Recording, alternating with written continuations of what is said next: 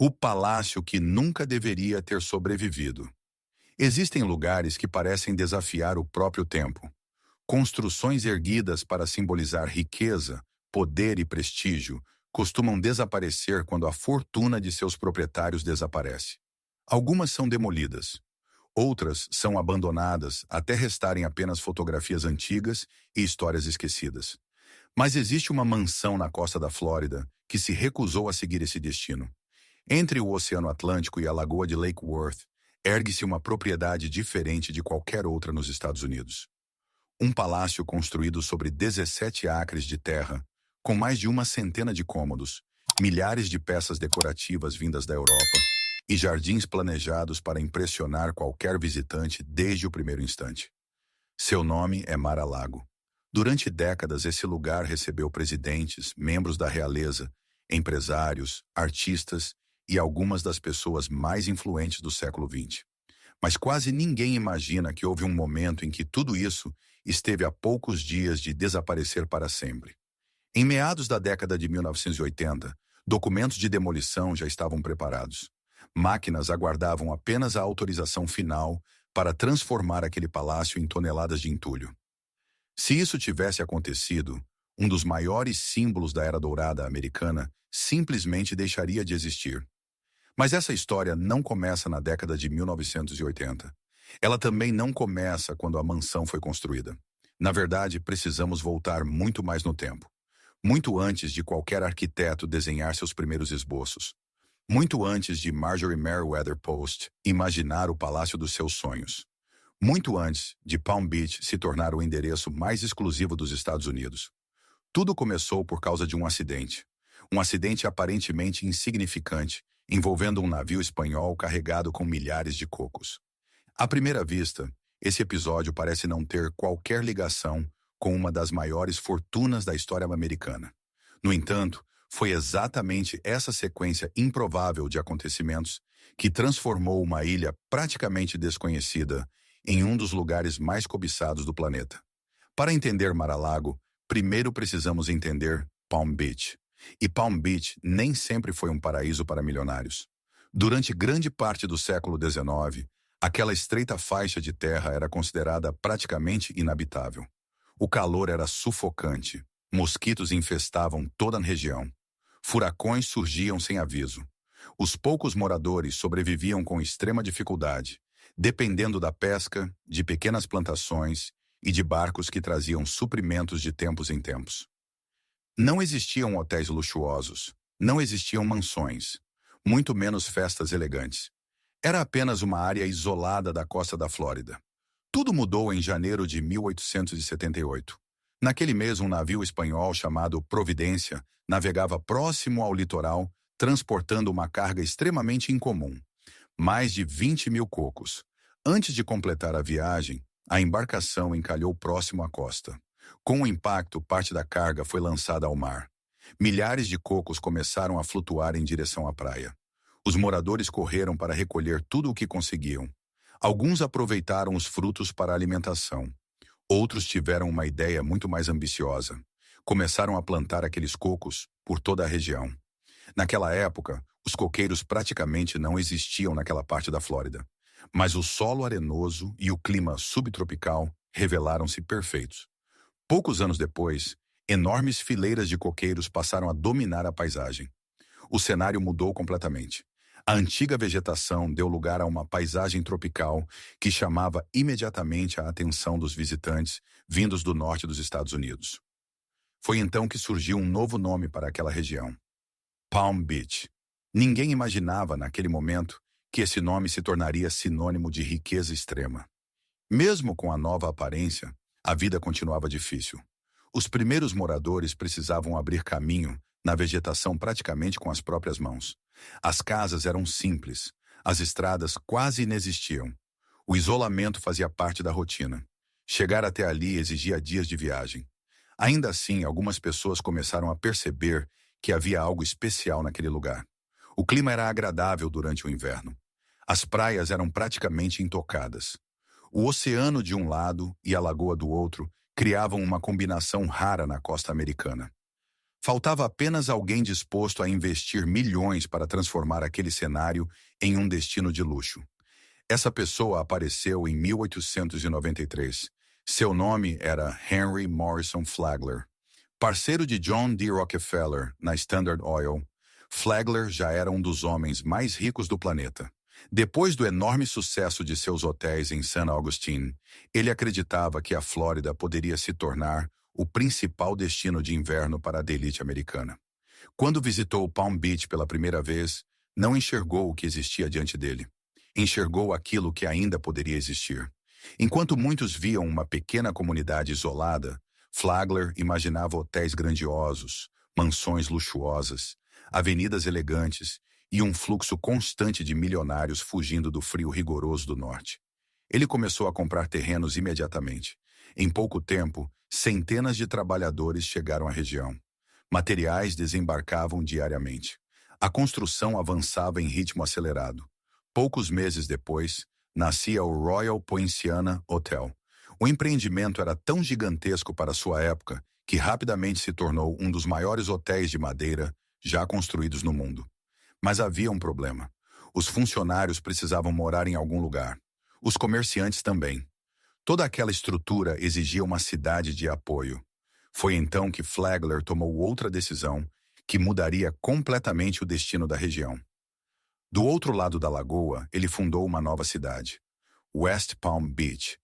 Ali viveriam trabalhadores, comerciantes e todos aqueles responsáveis por manter funcionando o paraíso reservado aos milionários. Enquanto isso, Palm Beach permaneceria exclusiva, reservada para quem podia pagar. Com a chegada da ferrovia poucos anos depois, viajar até a Flórida deixou de ser uma aventura. Agora os passageiros desembarcavam diretamente em hotéis luxuosos, sem enfrentar estradas precárias, sem contato com as dificuldades da região. Era exatamente a experiência que os grandes empresários e famílias tradicionais procuravam. Logo surgiram novas mansões. Depois vieram clubes privados, boutiques sofisticadas, eventos sociais. Cada inverno reunia algumas das pessoas mais influentes dos Estados Unidos. Palm Beach deixava de ser apenas uma praia bonita. Transformava-se em um símbolo de status. Na década de 1920, possuir uma casa ali significava muito mais do que ter uma residência de inverno. Era uma demonstração pública de riqueza. Uma competição silenciosa entre famílias milionárias. Cada nova propriedade precisava superar a anterior. Cada jardim era mais elaborado, cada salão mais impressionante. E justamente quando parecia impossível construir algo ainda maior, uma mulher extremamente rica começou a procurar um terreno. Ela não queria apenas uma casa. Ela queria criar um palácio que sobrevivesse ao tempo. Um lugar capaz de representar tudo aquilo que sua fortuna havia conquistado. Seu nome era Marjorie Merriweather Post. E sua chegada mudaria para sempre a história de Palm Beach. A herdeira que mudaria Palm Beach para sempre. Em 9 de maio de 1914, a vida de Marjorie Merriweather Post mudou para sempre. Naquela manhã, chegou a notícia de que seu pai, Charles William Post, havia tirado a própria vida em sua propriedade na Califórnia. Ele tinha apenas 59 anos. Marjorie, então com 27, não herdou apenas uma imensa fortuna. Ela herdou um império. Milhões de dólares em dinheiro, empresas, propriedades e, acima de tudo, o controle de uma companhia que estava transformando a maneira como os americanos se alimentavam. Charles W. Post havia começado praticamente do zero, com visão empresarial e campanhas de marketing extremamente agressivas para sua época. Criou produtos como Postum, Grape Nuts e Post Toasties, estabelecendo uma das maiores empresas alimentícias dos Estados Unidos. Muitos acreditavam que aquela jovem milionária venderia tudo. Outros imaginavam que entregaria a administração para executivos experientes. Mas todos estavam errados. Marjorie havia sido preparada para aquele momento desde a infância. Enquanto outras meninas aprendiam apenas etiqueta e música, ela acompanhava reuniões de negócios ao lado do pai. Observava negociações, estudava finanças, aprendia como funcionava uma fábrica. Entendia balanços financeiros antes mesmo de completar a adolescência. Charles Post fazia questão de ensinar cada detalhe da empresa à filha. Ele acreditava que competência era mais importante do que tradição, e esse treinamento faria toda a diferença. Mesmo vivendo em uma época em que mulheres ainda enfrentavam enormes limitações legais e sociais, Marjorie recusou-se a ocupar um papel secundário. Ela participou das decisões mais importantes da companhia, analisava investimentos, acompanhava novas estratégias de expansão, demonstrava uma capacidade administrativa que surpreendia até os executivos mais experientes. Sua vida pessoal, entretanto, caminhava por um caminho completamente diferente. Seu casamento com Edward Bennett Close estava longe de ser feliz. Embora ele fosse advogado e pertencesse à alta sociedade, não compartilhava da mesma ambição empresarial. Enquanto Marjorie enxergava possibilidades de crescimento em praticamente tudo, Edward parecia satisfeito com uma vida confortável, longe das grandes decisões corporativas. Com o passar dos anos, as diferenças tornaram-se impossíveis de ignorar. O casamento terminou em divórcio. Pouco tempo depois, surgiu alguém que mudaria completamente sua trajetória empresarial.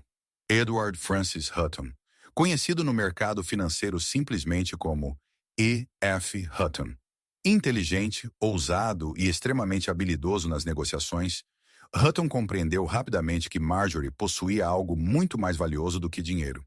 Ela possuía visão. Os dois se casaram em 1920. Mais do que marido e mulher, tornaram-se parceiros de negócios. Enquanto Marjorie definia a direção estratégica da empresa, Hutton ajudava a executar uma política agressiva de aquisições. A empresa crescia em velocidade impressionante. Em poucos anos, novas marcas começaram a fazer parte do grupo. Cada aquisição ampliava sua presença dentro das casas americanas. Mas uma das decisões mais importantes aconteceu de maneira completamente inesperada. Durante um passeio de iate pela costa de Massachusetts, o cozinheiro serviu um ganso congelado havia meses. Naquela época, alimentos congelados tinham fama de perder sabor e textura. Por isso, quando a refeição surpreendeu pela qualidade, Marjorie quis entender o motivo. Ela descobriu que o alimento havia sido congelado usando uma técnica revolucionária desenvolvida por Clarence Birdseye. Ao contrário dos métodos tradicionais, o congelamento ultra-rápido preservava praticamente todas as características dos alimentos. Marjorie percebeu imediatamente o potencial daquela tecnologia. Hutton, porém, não compartilhava do mesmo entusiasmo. Ele argumentava que supermercados precisariam investir em equipamentos caros. Consumidores ainda não tinham o hábito de comprar produtos congelados. Toda a infraestrutura necessária praticamente não existia. Para muitos investidores, parecia um risco enorme. Mas Marjorie lembrava perfeitamente das longas horas que sua mãe passava conservando alimentos na fazenda da família. Ela acreditava que qualquer inovação capaz de facilitar a vida das famílias americanas acabaria se tornando indispensável. Sua convicção foi tão grande que insistiu na compra da empresa. A aposta revelou-se uma das decisões mais lucrativas da história do setor alimentício. Pouco depois, o antigo nome da companhia já não fazia mais sentido. Ela havia deixado de ser apenas uma fabricante de cereais. Nascia então a General Foods Corporation. A empresa cresceria até se tornar um dos maiores grupos alimentícios do mundo. Com isso, Marjorie consolidava sua posição como uma das mulheres mais poderosas dos Estados Unidos. Sua fortuna parecia não conhecer limites. Ainda assim, dinheiro nunca foi seu único objetivo. Ela tinha outra paixão: arquitetura, arte, coleções históricas, viagens pela Europa, móveis antigos, objetos raros. Sempre que encontrava algo extraordinário, fazia questão de adquiri-lo. Seu apartamento em Nova York já parecia um pequeno museu particular. Mesmo assim, havia um sonho que continuava incompleto. Todos os invernos ela viajava para a Flórida. Possuía uma residência confortável. Mas para alguém acostumada a organizar grandes recepções, aquela casa era insuficiente. Os salões eram pequenos, os jardins limitados. O espaço simplesmente não correspondia à grandiosidade dos eventos que imaginava realizar. Marjorie queria algo completamente diferente. Não desejava apenas uma residência de inverno. Queria criar um lugar que impressionasse qualquer visitante desde o primeiro olhar. Uma propriedade capaz de reunir arte, arquitetura, conforto e espetáculo em um único endereço. Palm Beach parecia ser o cenário perfeito. Naquele início da década de 1920, O município já havia se transformado no principal destino da elite americana. Grandes famílias disputavam os melhores terrenos. Novas mansões surgiam todos os anos. Mesmo assim, encontrar uma área realmente excepcional já não era tarefa fácil. Grande parte da faixa litorânea havia sido ocupada. Marjorie passou semanas visitando propriedades ao lado de corretores. Conta-se que, em alguns momentos, precisou caminhar entre vegetação fechada para conhecer determinados terrenos. Ela não aceitava qualquer lugar. Queria algo único. Foi então que encontrou exatamente o que procurava. Uma área de 17 acres atravessando praticamente toda a largura da ilha. De um lado, o Oceano Atlântico. Do outro, a lagoa de Lake Worth. Pouquíssimas propriedades possuíam essa característica. Além da localização privilegiada, havia outro detalhe importante. O terreno repousava sobre uma sólida base de coral, condição fundamental para sustentar uma construção monumental em uma região frequentemente atingida por furacões. Assim que visitou o local, Marjorie tomou sua decisão. Ali seria construída a maior residência privada que Palm Beach já havia visto. Ela não economizaria recursos, não aceitaria soluções comuns. Cada detalhe deveria transmitir elegância, exclusividade e permanência. Mas para transformar aquele sonho em realidade, seria necessário reunir alguns dos maiores talentos da arquitetura e do design da época. E essa escolha definiria o nascimento de uma das mansões mais famosas da história dos Estados Unidos. O sonho começa a ganhar forma. Depois de adquirir o terreno, Marjorie Merriweather Post sabia que estava prestes a iniciar o projeto mais ambicioso de sua vida. Ela não queria apenas construir uma casa. Queria criar uma obra de arte permanente. Uma residência capaz de atravessar gerações sem perder sua imponência. Para isso, precisava escolher as pessoas certas. O primeiro nome foi Marion Sims Wyeth, um dos arquitetos mais respeitados da Flórida.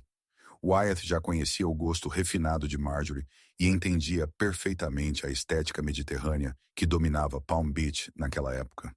Mas ela queria ir além da arquitetura tradicional. Queria que cada ambiente despertasse emoção, que cada corredor parecesse transportar os visitantes para outro continente. Foi então que surgiu Joseph Urban. Urban não era apenas um designer. Era um artista conhecido por criar cenários para grandes produções da Metropolitan Opera e dos espetáculos da Broadway. Seu talento estava justamente em transformar espaços comuns em experiências inesquecíveis. Enquanto Wyeth cuidaria da estrutura e da engenharia, Urban ficaria responsável por criar a alma da residência. A combinação parecia perfeita. Um garantiria que o edifício resistisse ao tempo. O outro faria com que cada sala parecesse digna de um palácio europeu. Durante meses, os dois trabalharam lado a lado. Mapas, desenhos e maquetes cobriam enormes mesas de trabalho. Marjorie participava praticamente de todas as decisões. Nada era pequeno demais para escapar de sua atenção. Ela discutia proporções, escolhia materiais, alterava detalhes, pedia mudanças sempre que acreditava que algo poderia ficar ainda melhor. Pouco a pouco, o projeto começou a tomar forma. A mansão teria um formato semicircular, abraçando um grande pátio central. No centro da construção surgiria uma torre com mais de 20 metros de altura. Dela seria possível observar o oceano de um lado e a lagoa do outro. Era exatamente essa vista que havia convencido Marjorie a comprar aquele terreno. Cada ala teria uma função específica. Os espaços sociais ocupariam o coração da residência. Os quartos de hóspedes seriam distribuídos pelas extremidades. As áreas de serviço permaneceriam discretamente escondidas, permitindo que dezenas de funcionários trabalhassem sem interferir na rotina dos convidados. Tudo havia sido pensado para que a casa funcionasse como um grande palco. Mas construir um palácio desse tamanho, na década de 1920, não era uma tarefa simples. No outono de 1923, centenas de trabalhadores começaram a ocupar o terreno. Em poucos dias, o silêncio da antiga vegetação foi substituído pelo som constante de martelos, serras e explosões. O primeiro desafio estava debaixo da terra. Embora o coral oferecesse uma base extremamente resistente, escavá-lo exigia um esforço enorme. Em alguns pontos, foi necessário utilizar explosivos para abrir espaço às fundações. As equipes trabalhavam sob um calor intenso. Mesmo assim, a obra avançava sem interrupções. Marjorie tinha apenas uma exigência. Nada deveria ser feito pela metade. Se existisse um material melhor em qualquer parte do mundo, ele seria comprado, independentemente do custo. Joseph Urban levou essa orientação ao pé da letra. Em vez de utilizar pedras comuns da Flórida, decidiu importar enormes blocos de calcário diretamente da Itália. Navios cruzaram o Atlântico carregando toneladas de pedra. Quando chegaram a Palm Beach, artesãos especializados começaram imediatamente o trabalho de escultura. Cada arco, cada coluna, cada detalhe decorativo era esculpido manualmente. Não existia produção em série. Tudo era feito individualmente. Enquanto isso, Marjorie continuava comprando peças históricas para decorar a futura residência. Durante uma de suas viagens, encontrou uma coleção impressionante de azulejos antigos. Eram aproximadamente 36 mil peças. Algumas tinham centenas de anos. Cada uma apresentava desenhos diferentes. Ela decidiu comprar toda a coleção. Transportar aquele tesouro até os Estados Unidos foi uma operação gigantesca. Depois veio outro desafio. Nenhum piso poderia repetir exatamente o mesmo desenho. Os artesãos passaram meses organizando cuidadosamente milhares de azulejos para criar combinações únicas em cada ambiente. Era um trabalho quase artesanal. Cada sala recebia uma identidade própria. Mas os azulejos eram apenas uma pequena parte da decoração. Mármores vieram de Cuba. Madeiras nobres chegaram da Espanha. Vigas esculpidas foram importadas, especialmente para sustentar os tetos. Tecidos venezianos revestiriam algumas paredes. Objetos históricos adquiridos em antiquários europeus começavam a desembarcar diariamente na propriedade. Era como montar um quebra-cabeça formado por peças vindas de diferentes partes do mundo. A cada semana, Palm Beach acompanhava com curiosidade o crescimento daquela construção gigantesca. Os moradores passavam lentamente em frente ao terreno, apenas para observar a evolução da obra. Os rumores aumentavam. Alguns diziam que seria a maior casa da Flórida. Outros acreditavam que superaria qualquer mansão construída até então nos Estados Unidos. E, conforme as paredes subiam, ficava evidente que nenhum desses comentários era exagero. A torre principal já dominava completamente a paisagem. Os telhados de cerâmica vermelha começavam a aparecer acima das palmeiras. Os enormes arcos mediterrâneos davam à construção uma aparência que lembrava antigos palácios da Espanha e da Itália. Mesmo antes de ficar pronta, Mar-a-Lago já havia se tornado uma atração. Todos queriam saber quem seria capaz de viver em uma residência daquele tamanho. Mas para Marjorie, aquilo ainda era apenas o começo. A verdadeira magia aconteceria dentro da mansão. E seria ali que Joseph Urban mostraria por que era considerado um dos maiores designers de sua geração. Um palácio como a América nunca havia visto, à medida que 1925 dava lugar a 1926, já não existia nenhuma dúvida. Mar-a-Lago não seria apenas mais uma mansão de Palm Beach. Ela seria a residência mais extraordinária já construída na região. Os moradores observavam o progresso da obra quase diariamente. Mesmo pessoas acostumadas às enormes propriedades da elite americana ficavam impressionadas com suas proporções. A torre central podia ser vista de longe. As fachadas de pedra italiana refletiam a luz do sol da Flórida de uma maneira que fazia o edifício parecer muito mais antigo do que realmente era. Esse efeito, na verdade, era proposital. Marjorie queria que sua casa transmitisse a sensação de um palácio que existia havia séculos. Não queria uma construção que aparentasse ser nova. Queria que parecesse eterna. Joseph Urban compreendia perfeitamente esse objetivo. Cada detalhe precisava contar uma história. Cada ambiente deveria surpreender quem atravessasse suas portas. Ao entrar no grande salão principal, os visitantes seriam recebidos por um espaço monumental. Os tetos ultrapassavam 12 metros de altura. A luz natural atravessava enormes janelas cuidadosamente posicionadas para iluminar o ambiente durante diferentes momentos do dia. As paredes recebiam delicadas aplicações em folha de ouro. Nenhuma moldura era simples. Nenhum acabamento era comum. Tudo havia sido desenhado para transmitir grandeza. O salão de festas seguia a mesma filosofia. Não era apenas um espaço para dançar. Era um cenário criado para receber centenas de convidados em grandes recepções. Ali poderiam acontecer concertos, bailes de gala, jantares diplomáticos e encontros da alta sociedade. A acústica também recebeu atenção especial. Urban queria que uma orquestra pudesse tocar sem necessidade de grandes adaptações.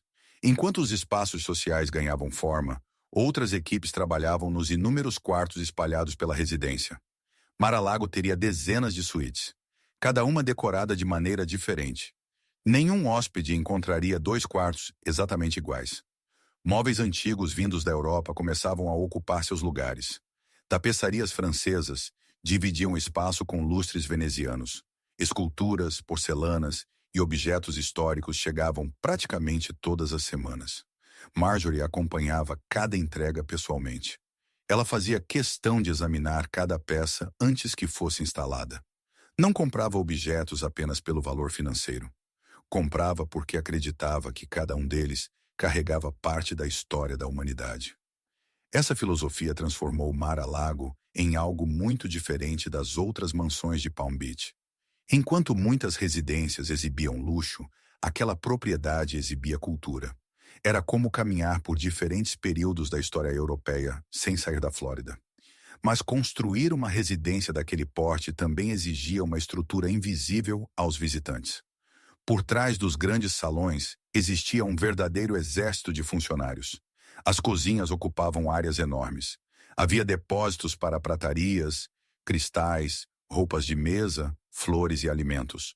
Os corredores de serviço permitiam que empregados circulassem pela casa sem interromper as recepções. Tudo havia sido planejado para que os convidados enxergassem apenas a perfeição. O trabalho que tornava essa perfeição possível permanecia escondido. Durante os meses finais da construção, mais de 600 pessoas chegaram a trabalhar simultaneamente na propriedade. Pedreiros, marceneiros, escultores, pintores, jardineiros, especialistas em vitrais, mestres, douradores. Cada profissional contribuía com uma pequena parte daquela enorme obra. Mesmo enfrentando tempestades tropicais e temperaturas extremamente altas, o cronograma seguia avançando. Marjorie recusava qualquer ideia de acelerar o processo sacrificando qualidade. Se determinada peça levasse mais tempo para ficar perfeita, ela esperava. Seu objetivo nunca foi terminar rapidamente. Seu objetivo era construir algo que sobrevivesse por gerações. Finalmente, no início de 1927, o projeto aproximava-se da conclusão. Os últimos lustres eram instalados. Os pisos recebiam polimento. As folhas de ouro brilhavam sob a luz das janelas. Os jardins começavam a florescer. Palmeiras, plantas tropicais e caminhos cuidadosamente desenhados conectavam a residência ao oceano e à lagoa. Quem caminhava pela propriedade tinha a impressão de estar visitando um resort particular. O investimento final ultrapassava qualquer previsão inicial. Os custos alcançaram cerca de 7 milhões de dólares. Na década de 1920, essa quantia parecia praticamente inacreditável. Corrigido pela inflação atual, representaria centenas de milhões de dólares. Era uma das residências privadas mais caras já construídas nos Estados Unidos. Mas para Marjorie, o valor investido jamais foi a questão principal. Ela acreditava que algumas obras simplesmente não podiam ser medidas apenas em dinheiro. Quando finalmente contemplou Mar-a-Lago pronta, enxergou exatamente aquilo que havia imaginado anos antes. Um palácio, não uma mansão, não uma casa de férias, um verdadeiro palácio americano. Ainda assim, a construção representava apenas metade do sonho. A outra metade começaria quando os primeiros convidados atravessassem aqueles enormes portões. Porque Marjorie Merriweather Post não construiu Mar-a-Lago apenas para morar. Ela a construiu para receber, para reunir empresários, artistas, diplomatas, membros da realeza e líderes políticos sob o mesmo teto. Ela acreditava que uma grande casa só fazia sentido quando estava cheia de vida. E muito em breve, Mar-a-Lago se transformaria no endereço mais desejado de toda Palm Beach. A anfitriã que conquistou a alta sociedade, Mesmo antes da conclusão oficial da obra, Marjorie Merriweather Post já sabia exatamente como queria apresentar Mar-a-Lago ao mundo. Ela não esperou que todos os detalhes estivessem finalizados. Algumas alas ainda recebiam os últimos retoques. Pintores davam as pinceladas finais em determinados ambientes. Operários continuavam trabalhando discretamente em áreas afastadas. Mas os grandes salões já estavam prontos. E isso era suficiente. Na primavera de 1927, Marjorie organizou um elegante jantar para um grupo seleto de amigos antes do tradicional baile de fantasia Everglades. Foi a primeira grande noite de Mar-a-Lago. Os convidados chegaram vestidos com trajes inspirados na corte francesa. Sedas, joias, plumas, uniformes militares históricos, vestidos cuidadosamente confeccionados para lembrar a aristocracia europeia. Marjorie e seu marido, E. F. Hutton, fizeram questão de entrar no salão, vestidos como rei e rainha. A cena parecia saída de um filme. Quando os primeiros convidados atravessaram a entrada principal, o silêncio tomou conta do ambiente por alguns segundos. Ninguém esperava encontrar algo daquela magnitude. Os enormes tetos, os pisos cobertos por antigos azulejos europeus, os lustres refletindo centenas de pontos de luz, as colunas esculpidas, as folhas de ouro espalhadas pelos salões.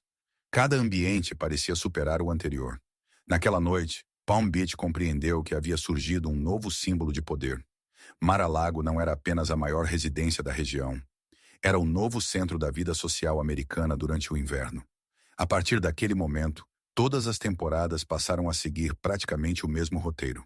No início de janeiro, Marjorie chegava da Nova York acompanhada de sua família e de uma enorme equipe de funcionários. Poucos dias depois começavam os primeiros convites. Jantares elegantes, concertos privados, recepções diplomáticas, almoços beneficentes e grandes bailes que reuniam algumas das pessoas mais influentes dos Estados Unidos. A lista de convidados impressionava. Empresários responsáveis pelas maiores indústrias do país, senadores, governadores, artistas, músicos, membros da aristocracia europeia que passavam o inverno na Flórida. Marjorie possuía um talento raro para aproximar pessoas completamente diferentes.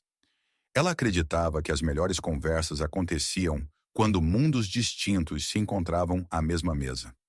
Era comum um importante banqueiro jantar ao lado de um compositor famoso, ou um diplomata europeu passar horas conversando com um industrial americano.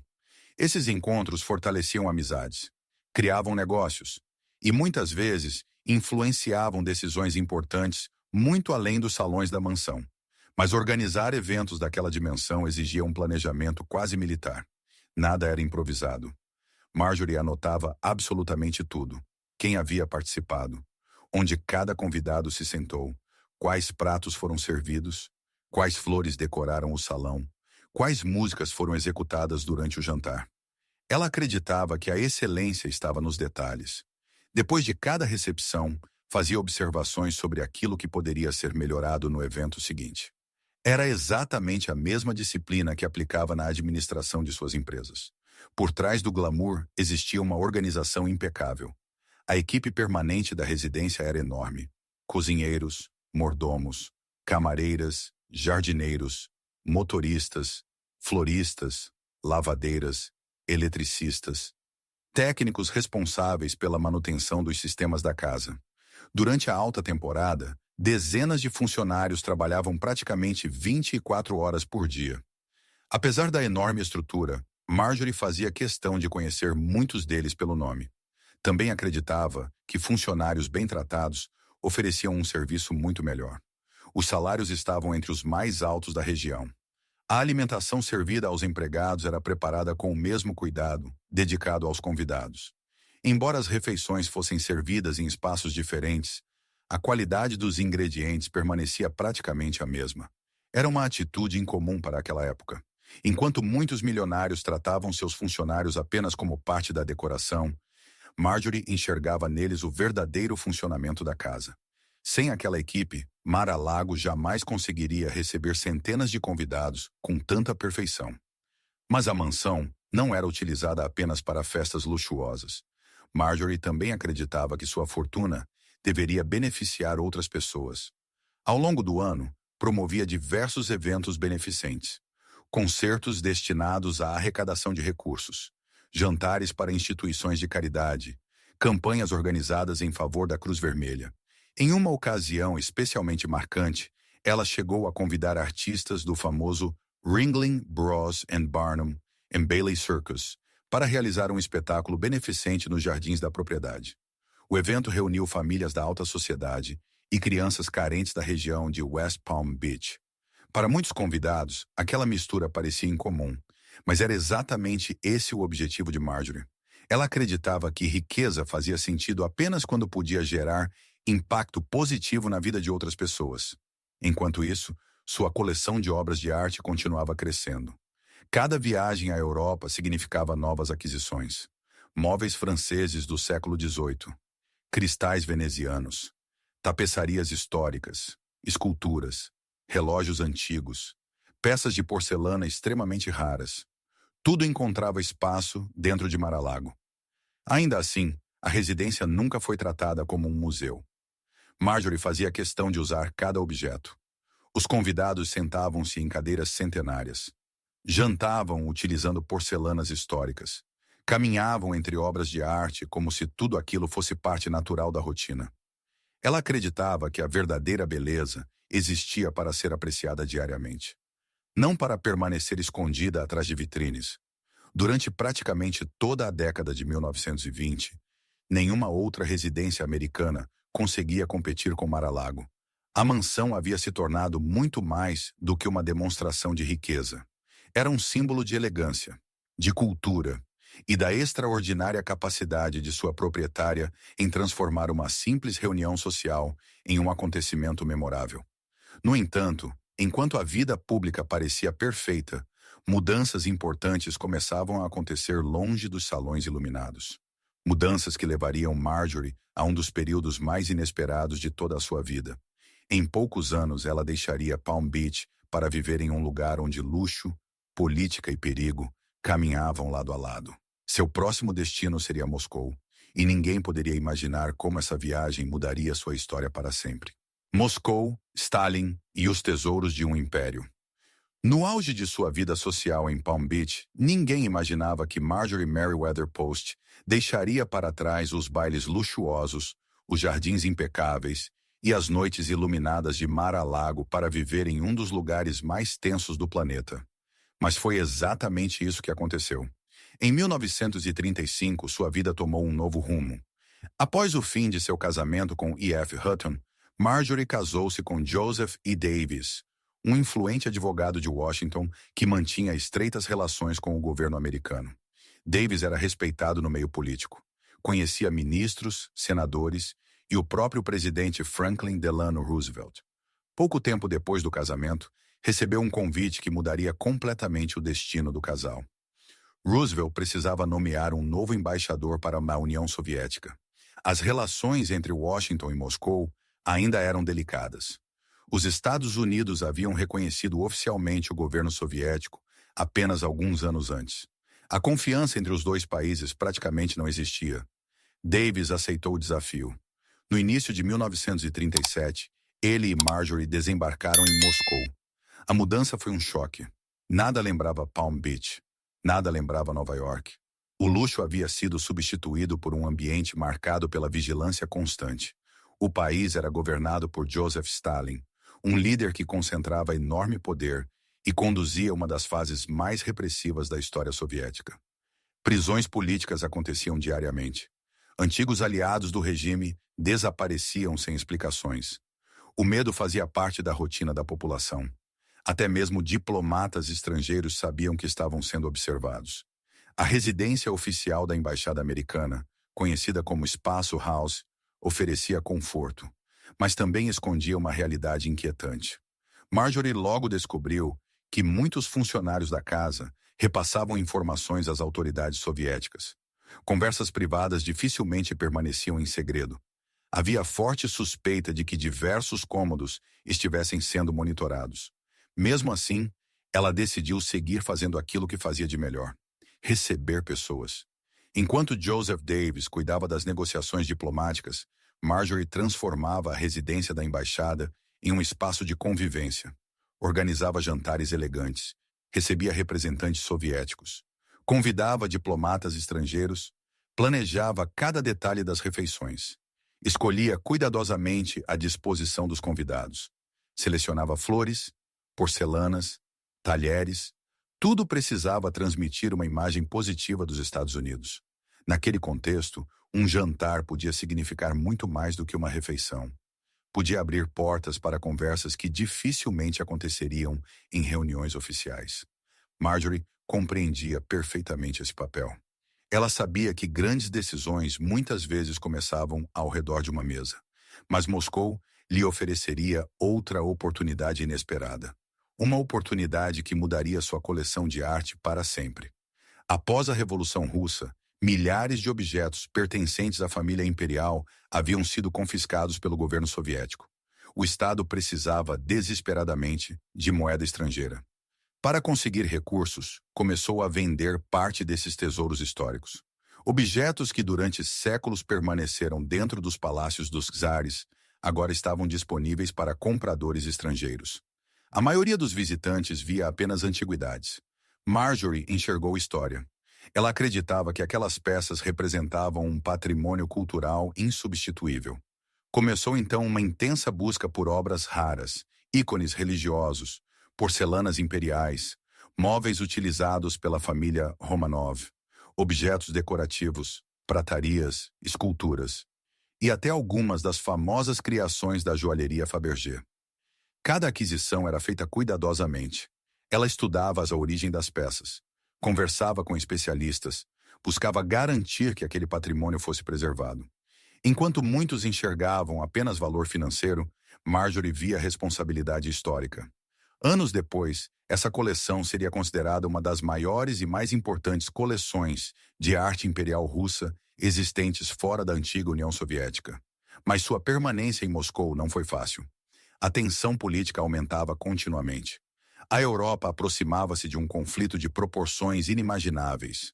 Rumores de guerra circulavam por toda parte. Diplomatas trabalhavam sob enorme pressão. Ainda assim, Marjorie manteve sua rotina. Recebia convidados, promovia encontros, buscava criar um ambiente de cordialidade, mesmo quando a política internacional caminhava em direção ao confronto. Em 1938, Joseph Davis foi transferido para outra missão diplomática. Pouco tempo depois, a Segunda Guerra Mundial mergulharia o continente europeu no caos. O casal deixou Moscou carregando não apenas lembranças. Levava consigo uma extraordinária coleção de obras de arte e uma experiência que poucos americanos haviam vivido. De volta aos Estados Unidos, Marjorie retomou gradualmente sua rotina. Mas ela já não era exatamente a mesma mulher que havia deixado Palm Beach alguns anos antes. A convivência com uma das maiores crises políticas do século XX havia ampliado ainda mais sua visão sobre o papel da riqueza. Ela passou a dedicar cada vez mais tempo a projetos beneficentes. Durante a Segunda Guerra Mundial, colocou parte de suas propriedades a serviço de iniciativas voltadas ao apoio de soldados americanos feridos. Até mesmo Mar-a-Lago deixou temporariamente de ser apenas um endereço da alta sociedade. Os jardins da propriedade passaram a receber programas destinados à recuperação de veteranos de guerra. Era uma forma silenciosa de retribuir ao país tudo aquilo que acreditava ter recebido ao longo da vida. Quando finalmente voltou a passar os invernos em Palm Beach, a mansão voltou a encher-se de convidados. Os bailes retornaram. Os concertos beneficentes continuaram. A Cruz Vermelha tornou-se presença constante em seus eventos. Mar-a-Lago recuperava seu papel como um dos grandes centros sociais da Flórida. Mas o tempo não perdoa ninguém. Marjorie já não era a jovem empresária que havia iniciado a construção daquele palácio. Sua saúde começava a apresentar sinais de desgaste. E uma pergunta cada vez mais difícil passou a ocupar seus pensamentos. O que aconteceria com Mar-a-Lago depois de sua morte? A resposta parecia simples, mas acabaria iniciando um dos capítulos mais dramáticos da história daquela propriedade. O presente que ninguém quis. No final da década de 1960, Marjorie Merriweather Post começou a pensar seriamente em algo que havia evitado durante toda a vida: seu legado. Aos 80 anos, ela compreendia que nenhum império era eterno. Empresas mudavam de donos. Fortunas eram divididas entre herdeiros. Mas uma propriedade como Mar-a-Lago representava um desafio completamente diferente. Durante quase meio século, aquele palácio havia sido o centro de sua vida. Ali aconteceram alguns dos eventos mais importantes da alta sociedade americana. Presidentes atravessaram seus salões, diplomatas estrangeiros participaram de recepções memoráveis. Milhares de convidados conheceram um lugar que parecia existir fora do tempo. Entretanto, manter uma residência daquela dimensão custava uma fortuna. Centenas de milhares de dólares eram gastos todos os anos apenas para conservar jardins, telhados, sistemas elétricos, móveis, obras de arte e toda a equipe responsável pela manutenção. Pouquíssimas famílias nos Estados Unidos seriam capazes de assumir uma responsabilidade desse tamanho. E suas filhas não desejavam fazê-lo. Cada uma já possuía sua própria vida, seus próprios compromissos. Nenhuma pretendia transformar Mar-a-Lago em residência permanente. Por um momento, Marjorie chegou a considerar a hipótese mais dolorosa de todas: demolir o palácio. Naquela época, diversas mansões construídas durante a Era Dourada americana estavam desaparecendo. Os terrenos valiam muito mais do que as construções. Empreendedores preferiam dividir grandes propriedades em vários lotes menores. Era um negócio muito mais lucrativo. Mas sempre que imaginava as máquinas destruindo aqueles salões, Marjorie desistia imediatamente da ideia. Mar-a-Lago era muito mais do que concreto, pedra e madeira. Era parte de sua própria história. Ela precisava encontrar outra solução. Foi então que surgiu uma ideia ousada. E se aquela residência deixasse de pertencer a uma família e passasse a servir ao próprio país? Naquele período, os presidentes americanos já utilizavam Camp David como retiro oficial. Também existia a Blair House em Washington. Mas nenhuma residência presidencial estava localizada no sul da Flórida. Marjorie imaginou que Mar-a-Lago poderia desempenhar exatamente esse papel.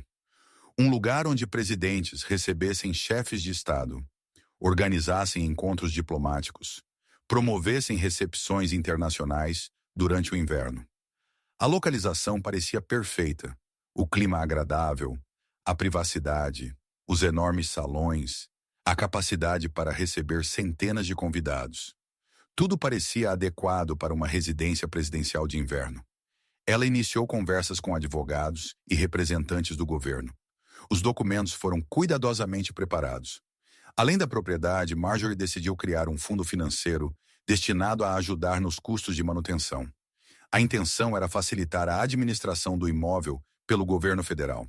Depois de meses de negociações, o Congresso americano aprovou a proposta. Em 1972, a doação foi oficialmente aceita. Marjorie sentiu que havia encontrado a solução perfeita. Mar-a-Lago continuaria existindo e ainda serviria ao país que lhe proporcionara tantas oportunidades. Pouco mais de um ano depois, em setembro de 1973, Marjorie Merriweather Post faleceu aos 86 anos. Sua morte encerrou uma das trajetórias mais extraordinárias da história empresarial americana. Mas a verdadeira história de Mar-a-Lago estava longe de terminar. Assim que a propriedade passou oficialmente para o governo, surgiram problemas que quase ninguém havia previsto. No papel, tudo parecia funcionar. Na prática, a situação era completamente diferente. Richard Nixon havia sancionado a legislação que aceitava a doação.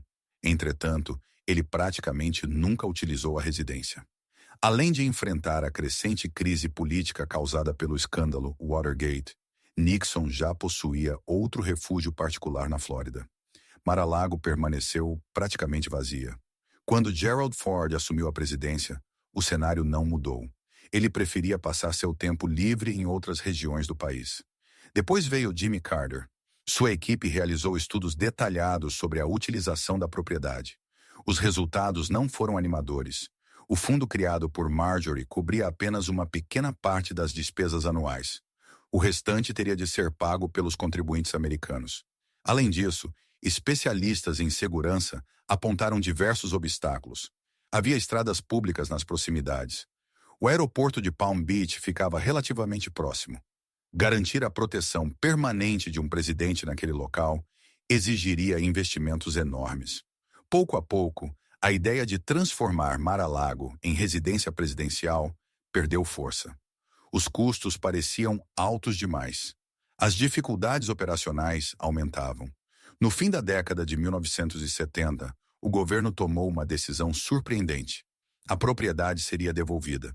Depois de apenas alguns anos sob a administração federal, Mar-a-Lago retornava ao controle da Fundação Post.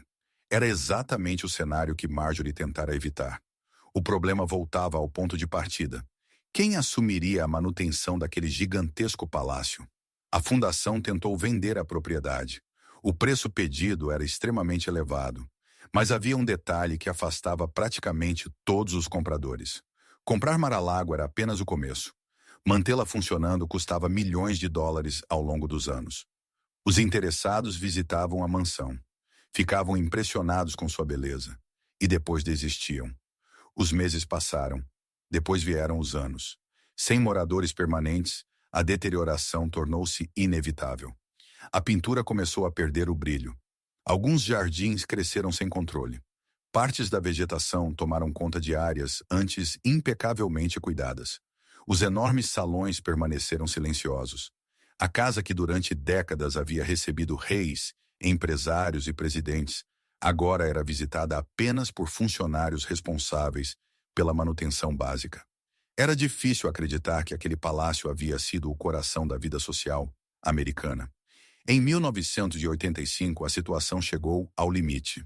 Sem compradores, sem uma solução financeira, sem perspectivas de mudança. A Fundação Post tomou uma decisão radical. Mar-a-Lago seria demolida. Os 17 acres seriam divididos em terrenos menores. Novas residências seriam construídas. O palácio desapareceria para sempre. As autorizações começaram a ser preparadas. Empresas de demolição demonstravam interesse pelo contrato. Pela primeira vez desde sua inauguração, o fim parecia inevitável. Mas quando tudo indicava que a história terminaria ali, um empresário de Nova York entrou em cena.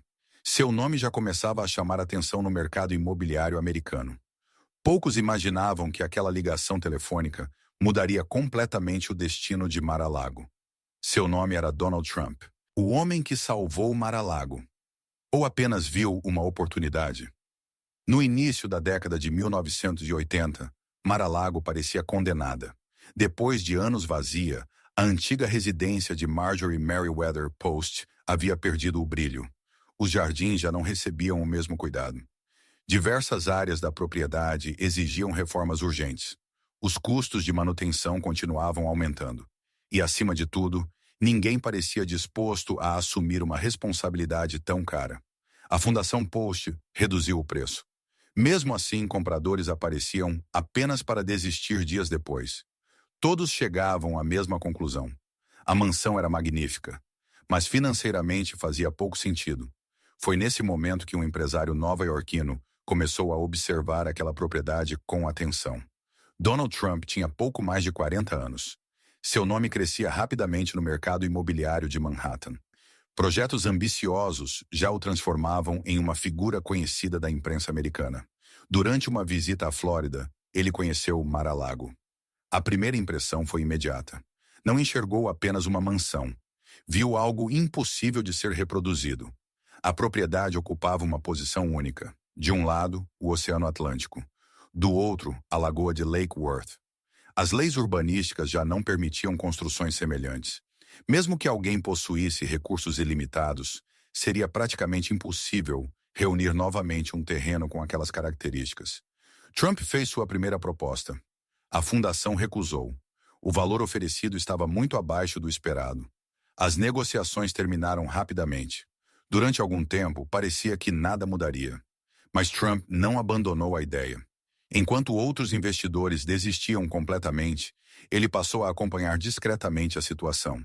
Esperou, observou e percebeu que o tempo trabalhava a seu favor.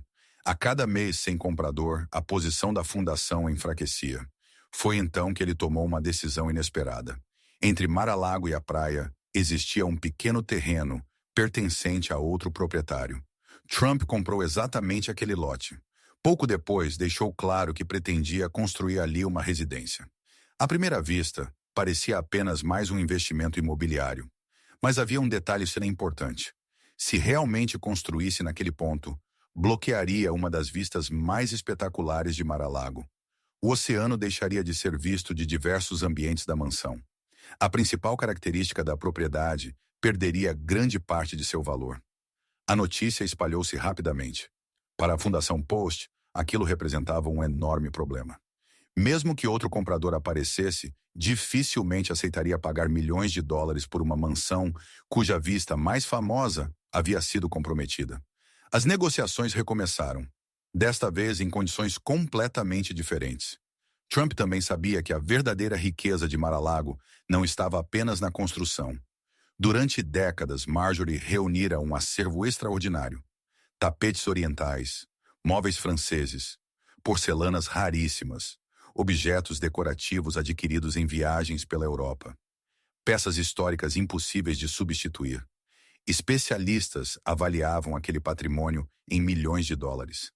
Era praticamente um museu particular. No fim de 1985, finalmente foi alcançado um acordo. O valor exato da negociação continua sendo motivo de debate até hoje. Diferentes registros apresentam números ligeiramente diferentes, mas todos concordam em um ponto. Trump conseguiu adquirir Mar-a-Lago por uma fração do valor investido em sua construção décadas antes. Para muitos analistas, foi um dos negócios imobiliários mais vantajosos da história americana. No entanto, comprar a propriedade era apenas o primeiro desafio. Agora seria necessário devolver vida a um palácio que permanecera praticamente abandonado por anos. Assim que assumiu o controle, enormes equipes de restauração começaram a trabalhar.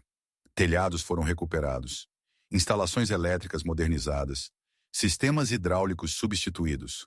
Os jardins passaram por uma completa revitalização. Árvores foram podadas. Novas plantas chegaram à propriedade. Fontes voltaram a funcionar. Salões inteiros precisaram ser cuidadosamente restaurados. A tarefa exigia especialistas em patrimônio histórico. Diversos elementos decorativos haviam sido produzidos artesanalmente na década de 1920. Não poderiam simplesmente ser substituídos por materiais modernos. Cada detalhe precisava respeitar a identidade original da residência. Ivana Trump, esposa de Donald naquela época, participou ativamente desse processo. Ela acompanhava decisões relacionadas aos interiores, selecionava acabamentos, ajudava na recuperação de ambientes que haviam perdido parte de sua elegância ao longo dos anos. O investimento crescia rapidamente. Milhões de dólares foram destinados às obras. Mas aos poucos, Mar-a-Lago recuperava sua antiga imponência. Os enormes salões voltaram a receber iluminação. As folhas de ouro refletiam novamente a luz. Os pisos históricos recuperavam o brilho. As fachadas voltavam a impressionar qualquer visitante. Depois de anos de silêncio, pessoas começaram novamente a circular pela propriedade. Empresários, celebridades, convidados. Mar-a-Lago parecia ter reencontrado seu propósito. Ainda assim, Donald Trump compreendia que havia um problema que nem mesmo uma restauração milionária conseguiria resolver. Manter aquela residência continuava custando uma fortuna. Milhões de dólares eram gastos todos os anos. Mesmo alguém extremamente rico dificilmente sustentaria aquela despesa indefinidamente apenas como residência particular.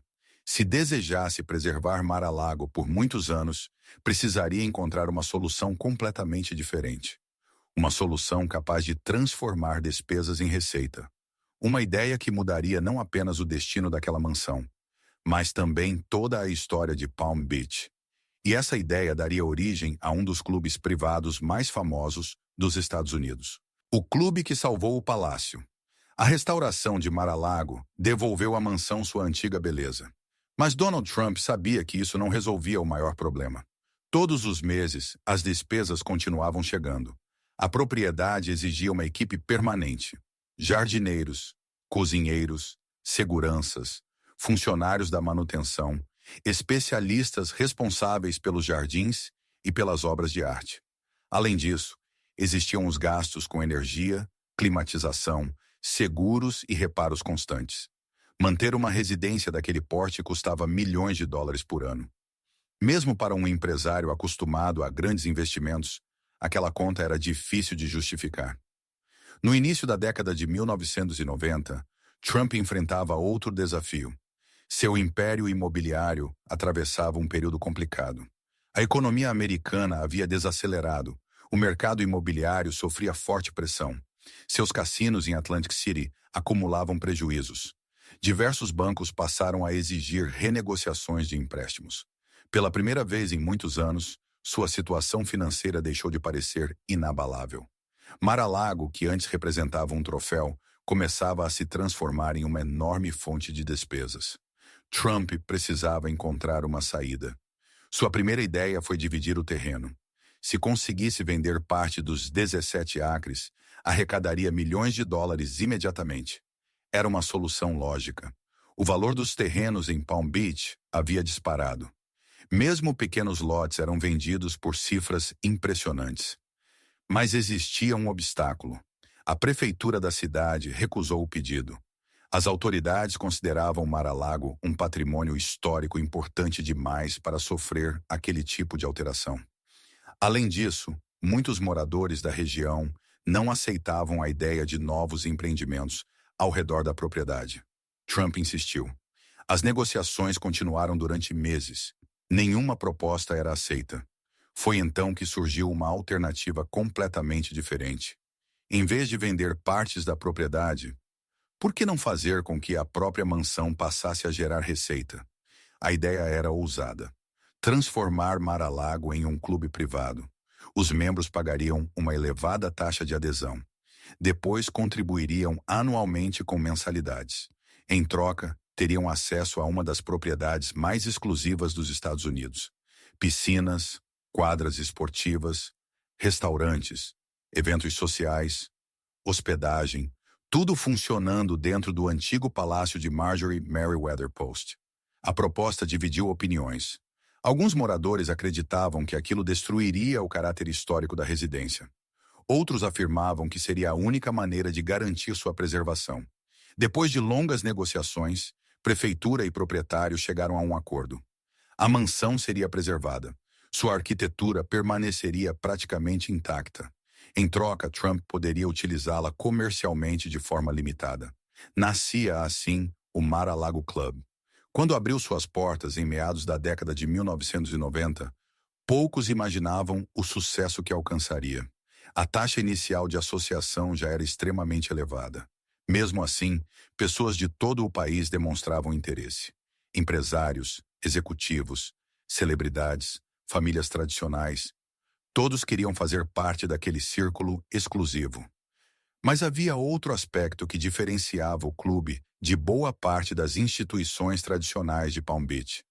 Durante décadas, diversos clubes privados da região haviam sido acusados de restringir discretamente o acesso de determinados grupos. Muitas famílias judias relatavam enormes dificuldades para conseguir aprovação.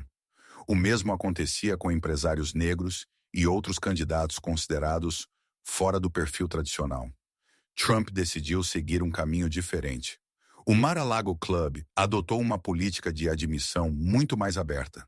Na prática, pessoas de diferentes religiões e origens passaram a frequentar o mesmo espaço. A decisão chamou atenção em Palm Beach. Alguns enxergaram aquilo como uma mudança importante. Outros acreditavam que se tratava apenas de uma estratégia empresarial inteligente. Independentemente da motivação, o resultado foi imediato. A lista de espera cresceu rapidamente. Eventos começaram a lotar a agenda da propriedade. Casamentos, jantares beneficentes, festas particulares, recepções corporativas.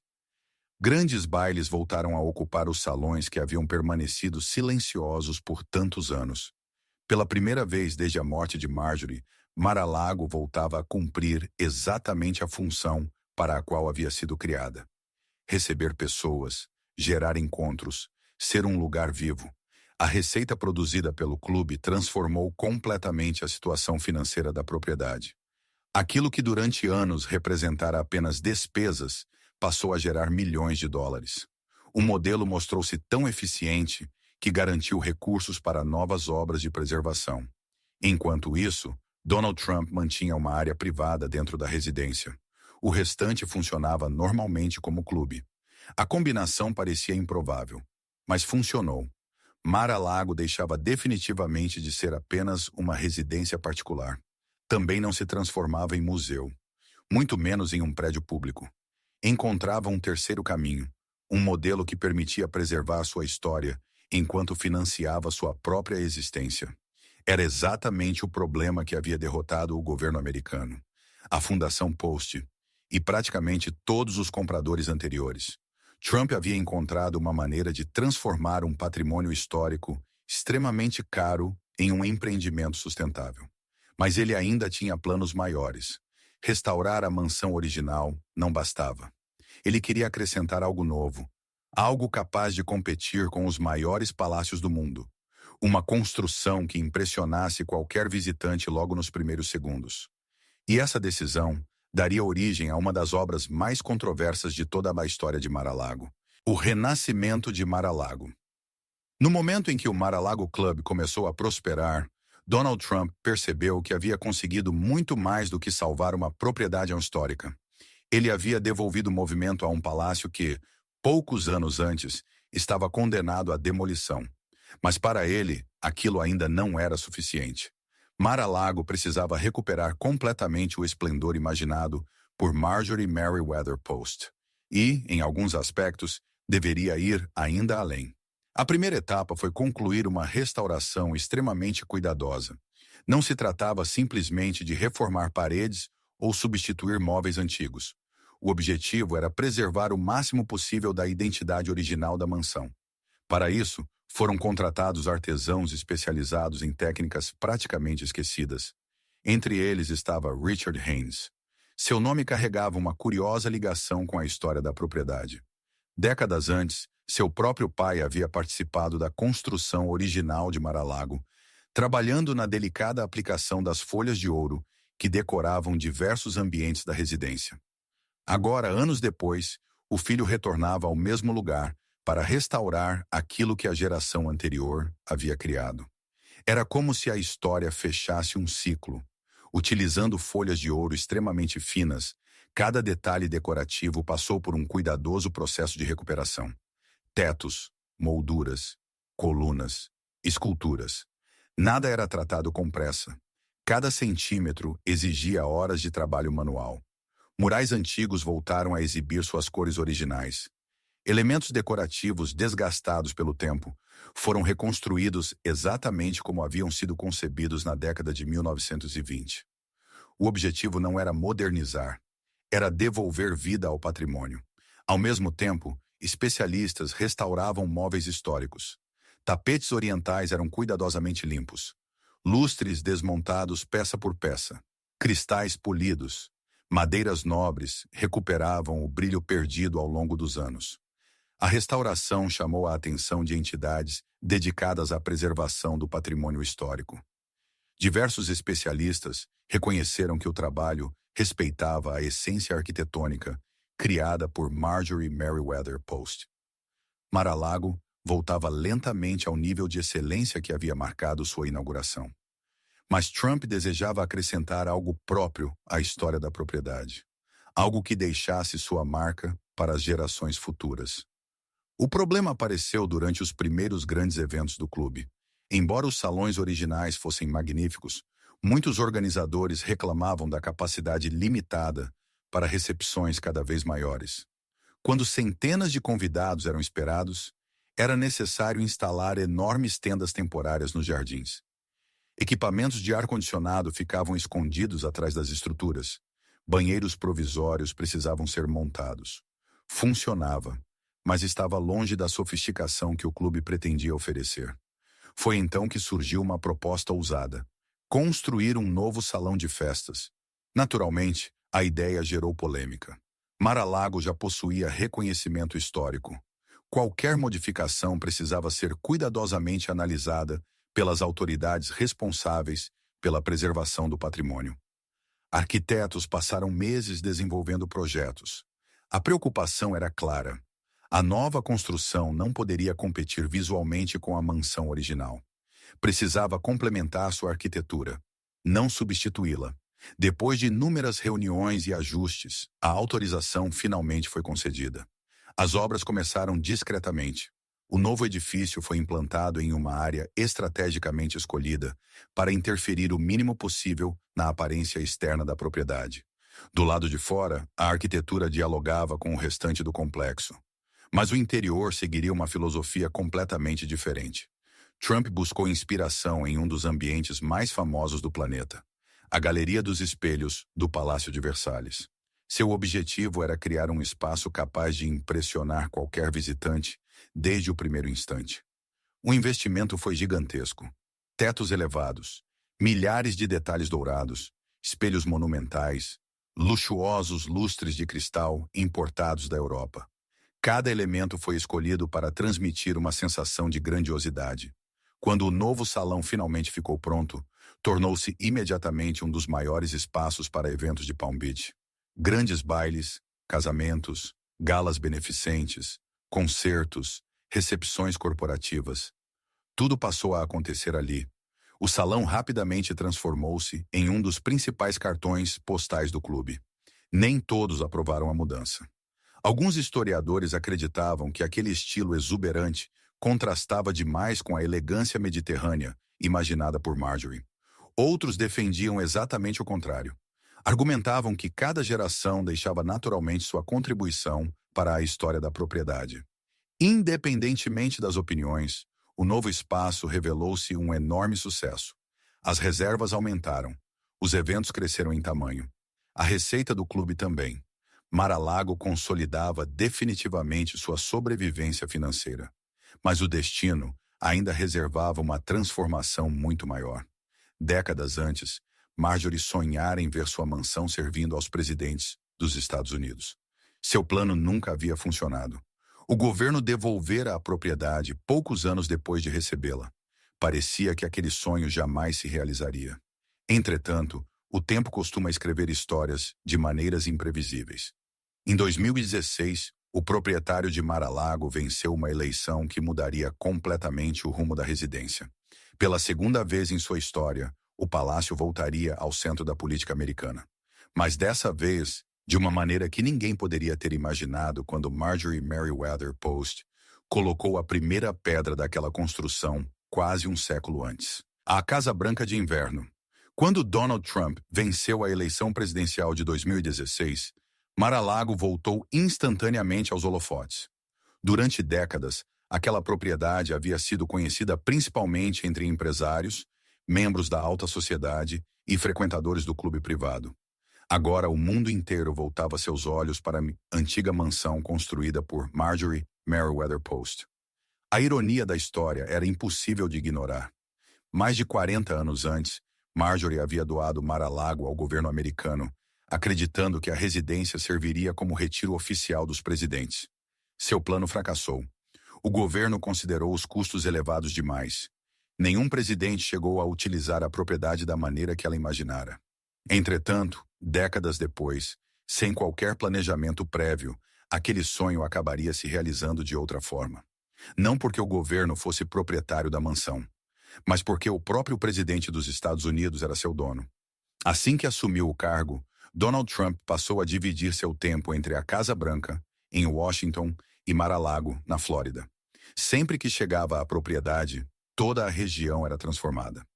Agentes do serviço secreto cercavam o perímetro. Ruas eram temporariamente fechadas. O espaço aéreo recebia restrições especiais. Embarcações tinham a circulação controlada nas proximidades. O antigo clube privado passava por alguns dias a funcionar como um dos locais mais protegidos do planeta. Jornalistas começaram a chamar Mar-a-Lago de Winter White House, a Casa Branca de Inverno. Embora esse nunca tenha sido um título oficial, a expressão rapidamente ganhou popularidade. Chefes de Estado passaram a visitar a propriedade. Primeiros ministros, presidentes estrangeiros, empresários, representantes diplomáticos.